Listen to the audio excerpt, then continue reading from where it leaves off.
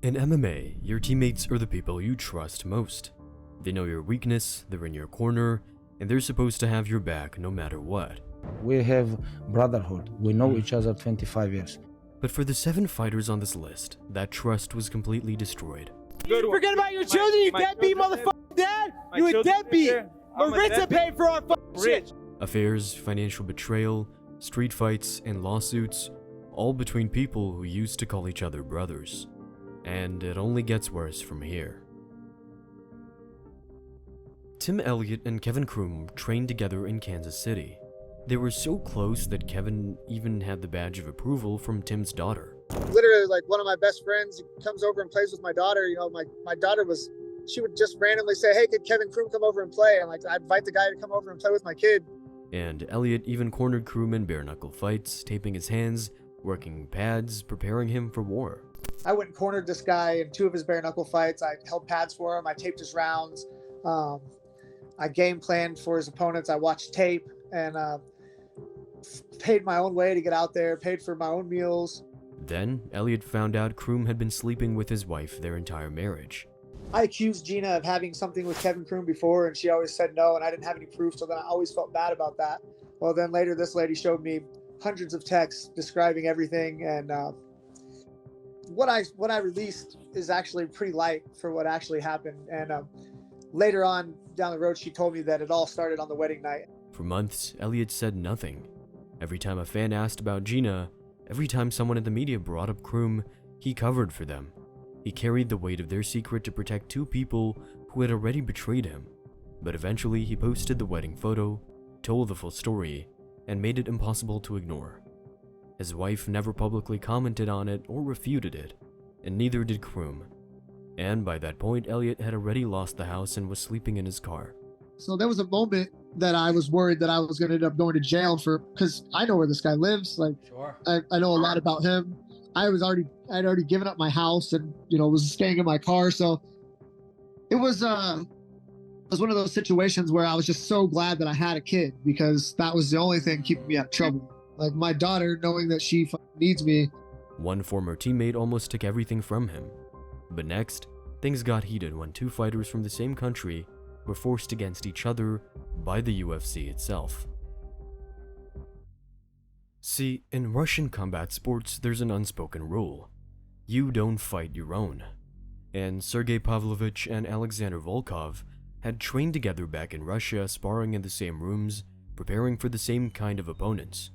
Это Сергей приезжал к нам на тренировки, это мы помогали ему, понятно, что мы не готовили его полностью, но помогали со спаррингами, я к нему относился. Volkov has said that he treated Pavlovich like a teammate he genuinely wanted to see reach the belt. He's also said Pavlovich hit so hard that he doesn't think he won a single sparring round with him. The power was just too much. He comes out, guns blazing on people, just like Francis used to. That motherfucking bomb. He's a and he's so fast too with that. He's so accurate. Very good. Which made it especially crazy when the UFC announced they were fighting each other, and neither of them had even known about it. Вот от моего американского тренера от Рони, он позвонил мне, он сидел в этот момент с Али, с менеджером Сергея Павловича, они друзья. Мы это узнали все, и Рони, и Али, и я узнали это из анонса Дана Уайта. Volkov's response was to caption the announcement post calling it a prank gone too far.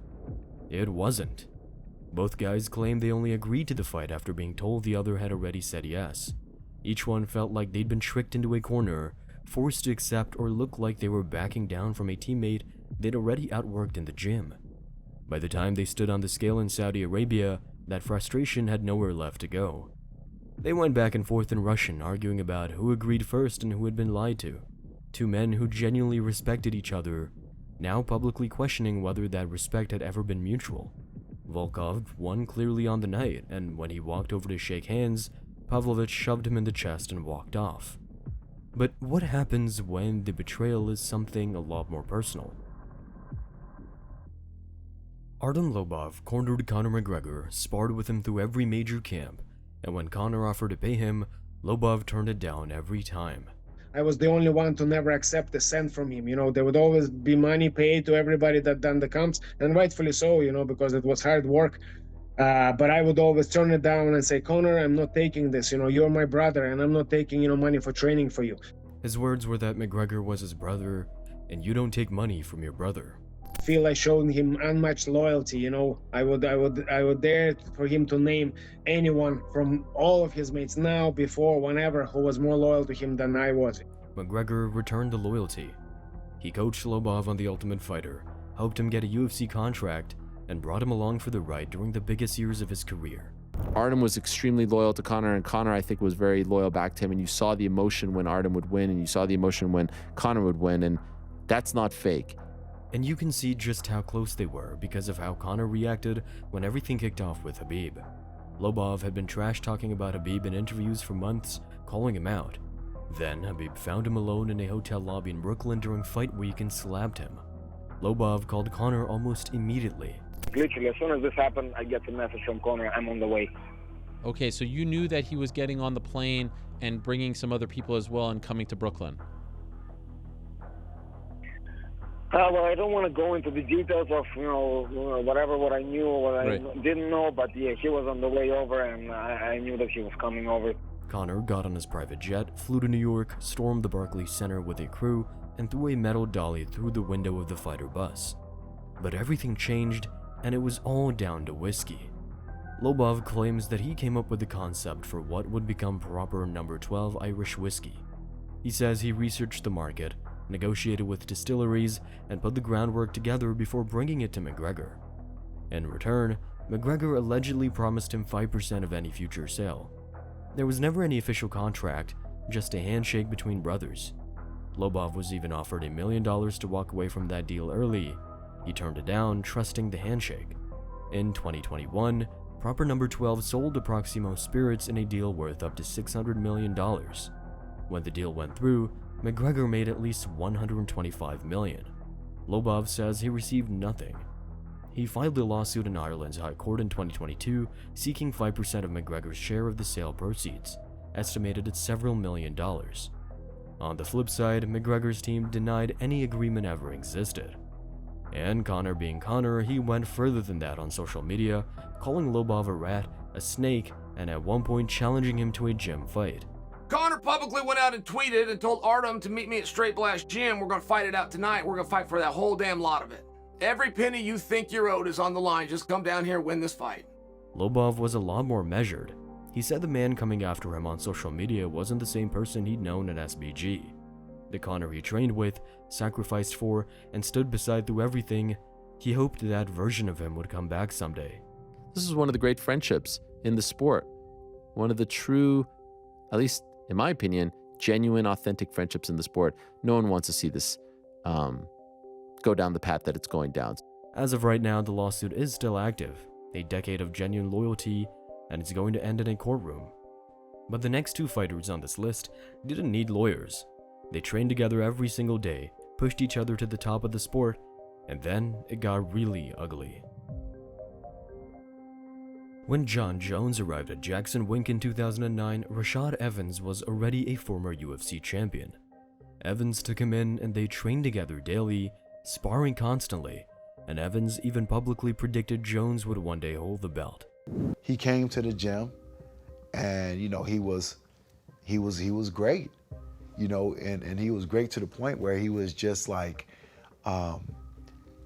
he had that hunger and he was so hungry and he was so creative and he just wanted to train and he was just like a little puppy.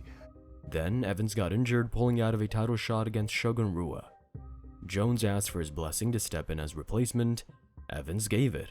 He was cool, he was respectful, he was like, yo, you give me permission to do this? And I'm like, dude, yeah. Because one thing that we had with those three fighters in the weight class is whoever gets there first, they get there. Jones went out and destroyed Shogun in 3 rounds to become the youngest UFC champion in history. I'm happy for the dude. He went out there and he fought well. I'm happy for him that, he looked phenomenal. But at the same time, he got that strap, so now I got to go and get it. To Evans, it must have felt like he just handed Jones the opportunity of a lifetime. Now, they were on a collision course for the same title. And Jones made it clear he wasn't going to step aside. I guess the biggest thing that made him upset is that I didn't call him right away and let him know that I had did an interview about him. But I figured that, you know, what I said on the interview with Ariel Helwani is something that I would have said to his face. And he didn't take it very well. So. John Jones started talking trash about him, and just like that, the brotherhood was over. Then like I started to like hear, you know, he was talking shit, you know what I'm saying? And then, yeah, talking about how he had whooped me and this, that, and the other. Evans felt the gym had chosen Jones over him. Will you train with Jacksons or stay at Grudge, do you know? I'm done with Jacksons. You're done? How come? I'm done. You feel as though they betrayed you? I'm done. I'm done with Jacksons. He packed up and left Albuquerque to help build a new camp in Florida, taking the hit publicly while Jones stayed put. All the media got more and more heated, and at one point in a Las Vegas nightclub, they had to be physically separated. Georges St-Pierre was one of the people keeping them apart. The UFC booked the fight for April 2012 in Atlanta. Jones used his reach and wrestling to control most of the fight and won a clear unanimous decision across 5 rounds. Evans never really found his way into the fight, and afterwards it seemed like the anger kind of drained out of both guys. But that rivalry at least stayed inside the cage. The next one spilled way beyond that. Chuck Liddell and Tito Ortiz came up together in the early Southern California MMA scene before either of them were famous. We trained together. I helped him get ready for fights. I was a sparring partner. I tried to help him out. Liddell would drive to Ortiz's gym to help him prepare for fights. At one point, Ortiz wouldn't even cover a hotel room, so Liddell slept on his couch. He'd come down to Huntington Beach, train with me. I'd go up to San Luis Obispo, train with him. I cared for my friends. I want to look out for my friends. He was down training in my house, sitting on my couch, picking his feet. My wife at the time comes down. I was like, why is Chuck sitting picking his feet on my couch? I was like, don't worry about it. He's my training partner. He's cool. By the early 2000s, Ortiz was the UFC light heavyweight champion, and Liddell was the top contender. The fight made itself, except Ortiz kept finding reasons not to take it. Contract disputes, injuries, acting commitments, and then the one that stung the most. He said their friendship wasn't worth the money they were being offered. Liddell has always insisted it was simple. Tito was ducking him. The friendship cracked, and then it completely broke. When they finally met at UFC 47 in 2004, Tito had lost the belt to Randy Couture, and Liddell felt about as confident as possible going into the fight. I'm actually smirking on my walkout. That's how confident I felt walking out. So it's just one of those fights. I knew he was afraid of me. He's the style of wrestler that I do best against. Liddell knocked Ortiz out in the second round. They ran it back at UFC 66, and Liddell stopped him in the third round, this time in front of over 1 million pay-per-view buys, which was a huge number for this sport in 2006. He had a style that was incredibly effective back in the day. Yeah. And I think he became married to that approach. You know, the approach that worked so well on Babalu, so well on Tito in the early fights. He was just a marauder. You could hit him in the face with a crowbar and he would just spit metal out at you. He didn't give a f. But from there, they kept going at each other. They coached against each other on The Ultimate Fighter and spent years trading shots and interviews. But they never fought again until 2018, more than a decade after their second fight, when Oscar De La Hoya's Golden Boy Promotions put together a trilogy bout in Los Angeles. You're saying I'm washed up, I'm over the hill, and so he's going to beat me. I'm like, wait, what are you saying? Are you saying the only reason you can beat me is because I'm washed up and over the hill? I mean, do you need me to be washed up and over the hill to beat me, or have you gotten better? Ortiz knocked out a 48-year-old Liddell in the first round. Most people wished it hadn't happened, and ever since, the bad blood has mostly cooled off. It's not like they're close, but they've shown each other respect in interviews, and both have acknowledged the rivalry helped build the sport into what it became. Ortiz has even suggested the hatred was partly manufactured, that the money in the promotion shaped the story as much as they did. But the next two fighters didn't need any help with that. TJ Dillashaw won the bantamweight title out of Team Alpha Male in Sacramento. Uriah Faber built that gym, built that team, and in many ways helped build Dillashaw. So when TJ started training with striking coach Dwayne Ludwig in Colorado, Faber took it as a personal shot. Dillashaw's reasoning was simple. He didn't think Team Alpha Male could take him to the next level, and he believed Ludwig could. You got to be selfish. And I thought that was, and it's still, I know that was the right choice to make. But what made it worse, according to Faber and Garbrandt, was that TJ denied it for months. Every time someone asked if he was leaving, he said no. So he's telling me this shit, like he's like, dude, I'm with you guys, like I'm not leaving, fuck that, like I'm with you guys. TJ's version is different. He says he told the team he was doing a full camp with Ludwig and never claimed he was gone for good. It wasn't like I was saying I was leaving Team Alpha Male. What I was saying was that I was going to do my next full camp with Dwayne Ludwig. That was the best thing for me to try to beat Dominic Cruz, was training with Dwayne Ludwig.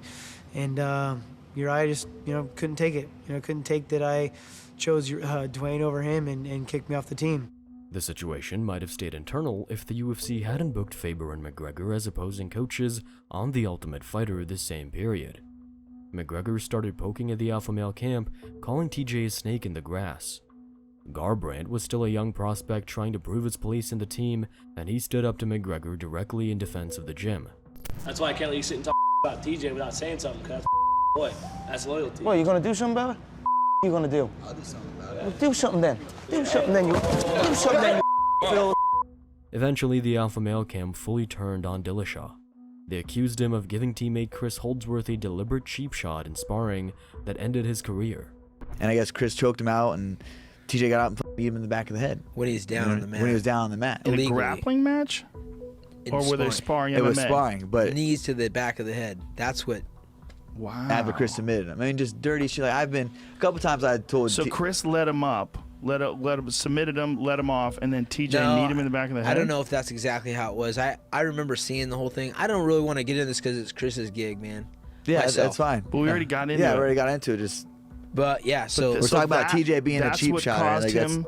That's what literally killed Chris's career? Yeah. Garbrandt put himself at the front of it, partly out of loyalty to Faber, partly because he was now the face of the team. In the meantime, Garbrandt had beaten Dominic Cruz for the belt, which made a fight with Dillashaw inevitable. The UFC ran a tough season to promote it, and the two coached against each other with genuine hatred in the room. Garbrandt carried all of that emotion into UFC 217. He rocked Dillashaw badly in the first round. I heard their cornermen being jerks, like they've been the whole camp, saying they got my number. We got your effing number, Dillashaw. Got your effing number. I heard that. As soon as I heard that, I turned back to the corner and was like, all right, let's get our shit together. Then Dillashaw came back, dropped him with a huge right hook, and finished him with punches on the ground. And the fight did nothing to cool off the rivalry. TJ getting in my face after I was knocked out. You know what I mean? I know damn well that dude would never, ever do that if there wasn't that referee in there. Never, ever. He's a coward. That's it. He wanted to act like that. He's not a real champion.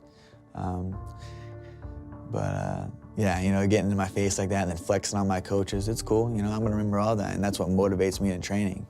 They had a rematch at UFC 227, but it went much worse for Cody. Dillashaw stopped him in the first round with a big knee and a barrage of strikes that had him pretty much out on his feet. Garbrandt's career never fully recovered. Dillashaw later tested positive for EPO around his flyweight title fight with Henry Cejudo, relinquished the belt, and received a 2-year USADA suspension. Garbrandt has pointed to this ever since as proof the wins were dirty. Dillashaw has always argued that he only used EPO for his fight with Cejudo, and all his other fights were clean. The only one I've ever used it for was the fight that I lost against Henry Cejudo. I went full-blown anemic. I tried to make 25s, the biggest mistake of my life, and that was the only fight that I had made it for. Because they went back and retested all my samples to 2016, and all of them came back fine. So not against Cody? What's that? So against Cody, no. All of them. There was no... I thought you got popped for a Cody fight. No, for Cejudo. I didn't know that. For the Cejudo fight. They went back and retested. They keep an A, they test your A sample, they keep your B sample in case anything like this ever happens. So they went back and retested all my samples. I remember getting just email after email. I mean, I got tested hundreds of times, and they retested all of them. And so it was like, what, I just forgot how to cheat? These two guys will probably never be on speaking terms again. But the next feud even puts this to shame. Colby Covington and Jorge Masvidal were genuinely good friends. They were roommates, brothers. They were just always together, always talking about each other, but propping each other up. It was always, oh, this guy's going to do this, and this guy's going to do this. We're going to take over the world together. Masvidal was already a veteran when Covington arrived at an American top team fresh out of college wrestling. He took him in, helped him with his striking, cornered his fights, and brought him into his circle. He broke up with his girlfriend, so she kicked him out of the place. American top team didn't have a spot for him. I was living up here at Coconut Creek. I had a 2-bedroom, and he was like down in his luck. He had also broken his hand in a fight. So I was like, yeah, you come stay with me, give me like $300 a month, take that damn room, Then Covington changed. He started talking trash about everyone, opponents, teammates, people inside the same gym he trained in every day. The Chaos character made him money and got him attention, but it wore out his welcome at ATT fast. Oh, it got really heated in the gym. We had people have to pull them apart to stop something from getting really ugly really quick in the gym. And that was the point in time where I said, we can't have this distraction at our gym. Here's the rules, here's our guidelines. If you can't follow them, think back to that meeting where I said nobody's too big to be asked to leave the gym. Around the same time, word got out about a financial dispute. Covington had done a fight camp with Masvidal's coach Paulino Hernandez and allegedly never paid him. Kobe finally got a chance to pay him out the money that was right, 5% out of his title belt. And the total amount was $12,500. Guess how much he paid of that? Not a penny. So that's when our relationship went sour. That's when I wanted to get the bat and take it to his neck. Masvidal says he covered the money out of his own pocket. And I'm just thankful to God that I'm in that situation that I could just go here. And the reason why I paid that is because I feel like, man, I'm the one that brought this idiot to him, which I am. I'm the one that brought this moron to him. So I felt obligated, like, yeah, I gotta pay this, Covington denies it and says Masvidal simply got jealous once his career started taking off. He's the type of guy that when you're doing something for him, yeah, he'll use you, but as long as you're doing better than him and you're not helping him out anymore, then he doesn't care about you. And that's exactly what happened, because when he got beat up by Damian Maia, and then I went in there and I completely destroyed Damian Maia in his home country, that's when the relationship started to get a little bit different, and he started to act different towards me like a competitor. Both men were becoming legitimate welterweight contenders at the time, which meant a fight between them was eventually coming. The closer that got, the worse things became inside the gym, and it got to the point they both left. Masvidal rejoined the team after a few months, but Colby has never gone back. And after the split, the public war got more and more heated. Covington was even making comments about Masvidal's children in interviews, which is the kind of line most fighters don't cross. Okay, all your money's going to your ex-wife or Insta, bro. Let's say that I watch Cosmo in my house. Wasn't a smart idea, bro. You don't have no money, man. Don't forget about your kids, bro. Don't forget about your mentioning my kids, bro. You're a deadbeat. He mentioned my deadbeat. Masvidal was calling him a scumbag and a traitor in every press opportunity he got. While all of this was happening, Masvidal's profile was rising fast. The 5-second knockout of Ben Askren, the BMF title fight against Nate Diaz, back-to-back title shots against Kamaru Usman, Masvidal had become one of the most recognizable fighters in the sport. Covington had his own title shots, but Masvidal's mainstream appeal had overtaken him completely. That dynamic made everything between them worse. When they finally fought at UFC 272 in March 2022, Covington did exactly what he always does. He wrestled, pressured, and ground Masvidal down across 5 rounds to win a lopsided unanimous decision. But the fight didn't end it.